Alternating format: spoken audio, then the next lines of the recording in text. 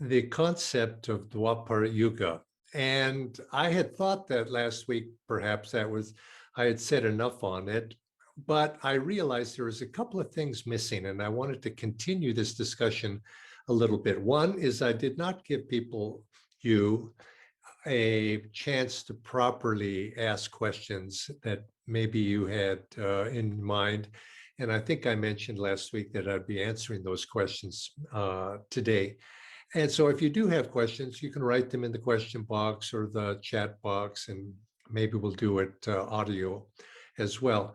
But the second reason is I began to ponder, and when I first read the autobiography of a yogi and encountered a little bit this mention of Swami Kriyananda, his concept of the yugas, I found it fascinating, and I read what he had to say in the Holy Science, and I found that it struck me. And for some reason, it had an impact upon me that I was not quite able to, you might say, conceptualize why it had such an impact on me. But I realized that it was something in my mind that I kept coming back to again and again. And finally, I began to think, why does this seemingly abstruse idea, why am I so attracted to it? And I had heard about the yugas. I knew about the traditional concept of the yugas that's common in India with most people. But the yugas, saying that we're in Kali Yuga, but the timelines of those were so vast that it was pretty much irrelevant to my day-to-day experience of life, or my understanding of life, of understanding of history, where we might go. And if Kali Yuga really is hundreds of thousands of years, what difference would it make what I do or not do, or what happens in the world today? But I began to, when Sri Yukteswar, in his short exposition on the yugas in the Holy Science, mentioned that the Yuga of Kali was much shorter than that, and that it was something that was in a reasonable amount of time to grasp. Kali Yuga, in his case, being 1,000 years, plus the Sundis on the preceding it and following it. That seemed like something that was much more graspable in my mind. And I began to think about it, and thinking about Kali, looking back, yes, we have been historically, it's traditionally, we even say the time, some 1,000 years ago, 1,500 years ago was a dark age. And yes, it seems pretty dark. And so it began to arrange my thinking, but it had an impact in that it affected me, that in the sense that if we are in an ascending yuga, then it gave me a sense of hopefulness, you might say. There's a purposeful direction of world events. I try to keep up, not obsessively, but I read the newspapers, or now look at the internet and see what's happening. I try not to devote too much time to it unnecessarily, but just to be aware of things. And it can be a little bit discouraging. And you think, and I know growing up, there was always this thought that older people would always say, oh, back in the good old days, and they would be grumpy about, oh, life is going downhill, everything's terrible. And I was not in tune with that, let's say. I tend to have a little bit more positive frame of mind. But then, of course, I began to introspect, is that just wishful thinking? And when I read about the yugas, what Master said, Sri Yukteswarji said about the sense we're moving in a higher age, it confirmed my own intuitive view of world events, not just because living standards worldwide were going up and so on, because we can see counterpoints to that in terms of chaos. Also, life does seem to be somewhat chaotic, but nevertheless, that there's a sense of direction inwardly for myself personally, but also outwardly. There seems to be an evolving sense of direction that, and then more importantly, I think the concept of the yugas as something that can be generally shared, it reminded me that, as Paramhansa Yogananda says in his autobiography, that Babaji, the great ones, the avatars, they come again and again into this world to guide the world, to guide us as individuals to a purposeful direction toward self-realization, and that they're not coming just for me alone, but they're coming for society as a whole, that we might, as a society, as a world society, that we might move in a purposeful direction. And that if that is so, then each one of us plays some small part in that process. So in a sense, it reminds me that I have a role to play. My actions are purposeful. There's a philosophical outlook, nihilism, the sense of meaninglessness, you might say, that's current in the world today, that's discouraging, and to think that people would buy into that sense of discouragement. But I could understand why some people might see that. But you might say the idea of yugas are a counterpoint to a nihilistic worldview, and that each of us need to participate in countering that nihilistic worldview for the betterment of society as a whole. Now, some people say, well, what's it matter what we do? It's all about what we do individually within ourselves, and society we can let it go to the mountains, go to the cave, retreat, get away from it all. And that has been a world view of many over the last millennia or 2 millennia. But it seems to me that we are in an age where that isn't going to serve me personally in terms of my spiritual growth. We need to think in terms of something larger than my own spiritual advancement. And as a sense, we have a role to play in life as a whole. And thinking in terms of the yugas, and I'm very attracted, my personal attraction to scripture of the Bhagavad Gita. You could say that the Gita was written in a descending age of Dwapara, and that as we are, as Sri Yukteswarji says, we're in an ascending age of Dwapara, it makes relevant to me why the Bhagavad Gita is such an important scripture for us to study, to attune ourselves with. Because what is Krishna saying? He's not saying to retreat to the mountain caves. He's saying act in this world. Action is appropriate in this world, but right action, dharmic action, non-attached action, sacrificial action, sacrifice of the individual soul.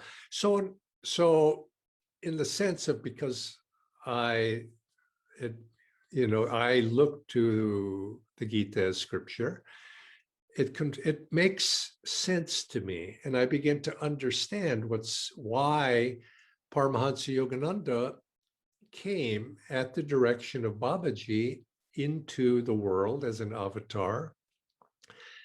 And Babaji had told Yogananda that one of your missions is to show the underlying harmony of the great scriptures of the world, particularly as examples of that, the Bhagavad Gita, the original teachings of Krishna through the Bhagavad Gita, the original teachings of Jesus Christ through the Bible. And since now you might think, well, I grew up in the West, America, but I was an oddball because I tend to look up toward the Bhagavad Gita, and I somewhat dismissed the Bible in my scriptural training as I grew up.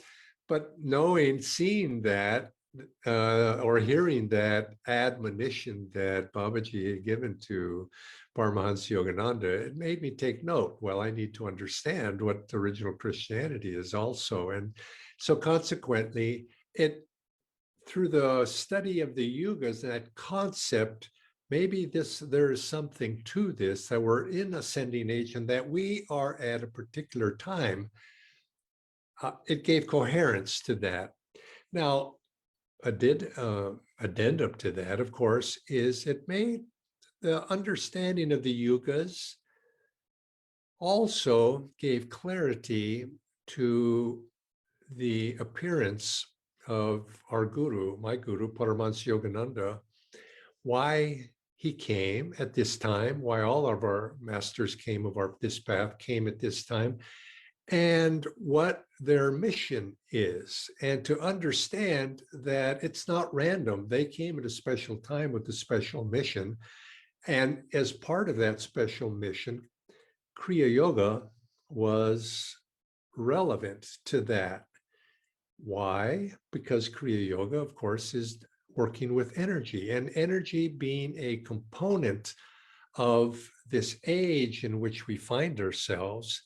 Basically, I began to understand, this is what's happening here. This is what's going on. And so consequently, I began to integrate, and perhaps it might apply to you as well, Kriya, the appearance of the incarnation of these great avatars, why they have come into this age, and how, of course, I fit into that as a disciple who wants to share that with others. And so in understanding that this is a world historical event, you might say this unfoldment, as it says in the autobiography of a yogi, that Babaji is guiding this unfoldment events in this age, spiritual unfoldment in this age.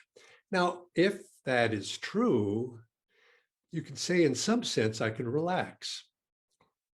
There is meaning, there is purpose. And when you look at world events and you see chaos, you say, yes, there's, just as the yugas themselves are a rhythm, so you see the day-to-day events in the short term. They have their own rhythm of up and down. And in a sense, it allows one to take a step back and just see things in a larger perspective. Now, this is an important, I think, perspective to have just generally. It's not to take things too personally, to be impersonal a little bit, especially about oneself. But I think in the sense that if one gets too involved in the day-to-day turmoil of worrying about these things and saying, yes, we have to deal with them, but we don't have to fret, you might say, about them, other than the fact that perhaps it motivates us to do something to make things better. But it helps us weather. And we see our own spiritual evolution in these terms, that we're all passing through a phase. And the other part is, because I am tasked with sharing Master's teachings, it kind of, I think it makes me a little bit, seeing them in terms of the yugas makes me a little bit more forgiving of the folly that all of us find ourselves in this age. Because what are we in? We're in an age of Dwapara, ascending at the very beginning. And as Sri Yukteswar, 125 years ago or whatever it was, defined it. It's an age of self-interest, an age of ego. Well, okay, but it's not always going to be that way. And so consequently, it says, yes, we too are going through this society is going through a phase, world is going through a phase, and it'll change. And if I then look in the mirror and look at myself, well, yes, I'm self-interested, but this is a phase, and I'm moving from self-interestedness to an enlightened self-interest. I hope I've made some progress. And I see it in terms of life, in terms of directionality. And I think this is something that's a message for all of us. Life is directional. We can't judge ourselves. Well, perfection is there. I'm less than perfect. Therefore, something wrong with me. And I have, it's either or, as we've spoken about in other classes, whereas we say, yes, but I'm aspiring to that. And I'm moving to that. And so consequently, I can relax a little bit about my own self-judgment. And also, I think more helpfully, my judgment of other people, my judgment of society, and just generally take a more long rhythm view of my own life and also society as itself. Because I think, in a sense, if you put that coin right up to your eye, all you see is that coin. And so if we put our own ego up next to our own faults, our own personalities, our own quirks, we don't get a good perspective. Now, another perspective it reminds me of is that we're in this age now, but we're infected by view of where we're going in the future by our, I'd say, by the past. We're infected by our view of the past from the age from which we're coming. It's inevitable. We have to see things through the lens of our own past experience. And so society itself looks to the future through the lens of the past. We look at the future through the lens of modernism. And so consequently, what do we see? We see things mechanistically. And I remember Swami Kriyananda making an interesting point some years ago. I think it was in the 1980s when that movies, in the plural, Star Wars, was released. And so it was very popular. People went to see that movie again and again. And so a group of people took Swami to it. And Swami said, well, it was a fun movie.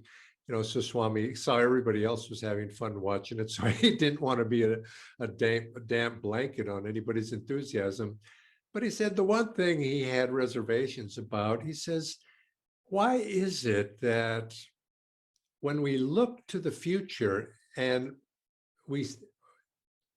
now, of course, in that Star Wars movie, they were saying all that happened a long time in the past, at a time long time ago. But nevertheless, if you read science fiction and those sorts of things, they're looking toward the future, space travel, rocket ships, future robotics, and future cities. It's always, there's a certain mechanistic and a perfection of technology. It's seen through the lens of technology, a more modern technology, a better way of slicing the apple or what. And he says, why is that? He says, is that really a true way to look at the future? People think, Swami Sri Yukteswar says the essence of the yugas, the advancement of the essence, is an increase in awareness, consciousness, let's say, or dharma also. It's an increase in awareness. Now, does increase in awareness necessarily correlate with more sophisticated, complex, slick technology? We seem to think it's so. But does it necessarily have to be so? And I think one of the reasons we think that way is because we think mechanistically, which is a Kali Yuga way of looking at life, through things, through materialism. But might not, as we move into a higher age, there be even less, I'm not saying less technology so much, but might it be not technology bound?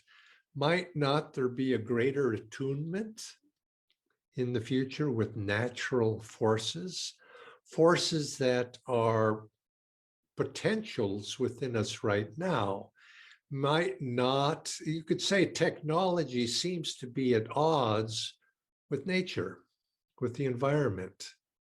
Might now we be moving into an age when we're going to live more instead of conquering nature? We're moving into an age where we begin to harmonize with nature. And so consequently, might we be moving instead of a world of greater and greater complexity into an age of greater and greater simplicity, but simplicity not in the sense of being primitive. Now, what might that be? I don't know, but it sparks my imagination. And would we say that to live in Satya Yuga, we're going to live in this highly sophisticated technological age? Or might we live in an age where it's simple, but it's mind power? You see, it's yogic power to control the energy within ourselves directly, rather than what we do now is which we're learning in Dwapara to control energy, but we're controlling that energy indirectly from outside of ourselves. Now, this is exactly what Kriya Yoga is all about, learning to control our life force and learning to uplift our life force directly, not indirectly, which is through indirect means would be, to remind you, would be through ceremony, through rituals, to doing something outside of ourselves that makes us feel inspired. But how do we learn to control our inspiration directly from within ourselves through our life force? And then and this is, of course, is what the essence is of spirituality in Dwapara Yuga. And this is the essence of awakening, you could say, through the practice of spirituality, of practicing these techniques. Now, one thing in this theme that Sri Yukteswar said, he says, now, and I can't reconcile this quite fully yet. Sri Yukteswar said that the full awakening of awareness of Dwapara Yuga implies an awakening of consciousness of the mass, the general consciousness of society in this solar system is an awakening to the astral universe within us. And that's the ability for now, if we take that to the individual, that would mean our ability to withdraw that life force, to raise it up, and to be baptized in the holy sound of Om, to be able to transcend this bhuloka and on this plane of materialism in which we live into that astral plane of Bhuvar Loka, be aware of our consciousness, to transcend from Bhuloka to Bhuvar Loka by merging ourselves into the holy stream of Om. Now, if that's a definition, is what Sri Yukteswar does in toward the end of the Holy Science, say, oh, that's remarkable. And I think, well, is that possible? Yeah, well, Sri Yukteswar said it could be, because I guess in against we personalize it. We personalize as well. I look at about me and I see this society in 2,000 years. Will this society advance to that point? Something to remember.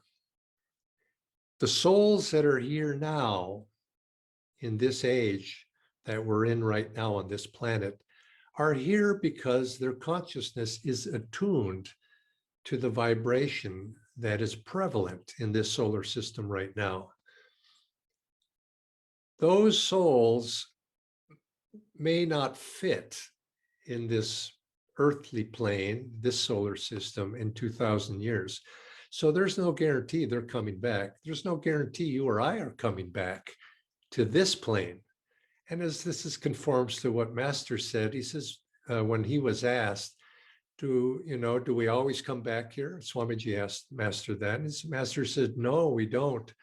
There's many places in this universe where we go. We go to that solar system or planetary system or that material world where, or galaxy perhaps even, where we are in tune with that level of consciousness. And we happen to be here right now in this day and age because we are in tune with what's going on right here, right now. Beforehand, we could have been somewhere very different. In the future, we may be somewhere very different. So, but the consciousness of this planet is an ascension, and who knows, maybe in 2,000 years, those inhabitants of this planet will be able to move from Bhuloka to Bhuvarloka as a general rule. Maybe I kind of think, well, that maybe I could be in there if I was to raise myself to that level of consciousness to be able to easily transcend those two states. Something to think about. It's possible, of course, for all of us to do that right now in this lifetime, and that's why we've been given the technique of Kriya. So for all of these reasons, I find it a very inspirational topic to explore because it inspires me. It gives me comfort, and it allows me to share these teachings in context with sort of, you might say, a larger context. And so I hope you've enjoyed our discourse, three session discourse on Dwapara Yuga. And let's attune ourselves to this age, which is an age of energy. It's so consequently, what we've been given, you could say we've incarnated a time where energy is the essence of the spiritual path, awakening that energy and using that energy. And the particular methods that have been given to us is this technique of Kriya Yoga. So let us practice together and use what the masters have given us. And then who knows, we'll be able to raise that energy up and fulfill what you could say the potential that has been given to each of us, which is to merge ourselves into and to baptize ourselves into that holy stream of Om. God bless all of you, and I look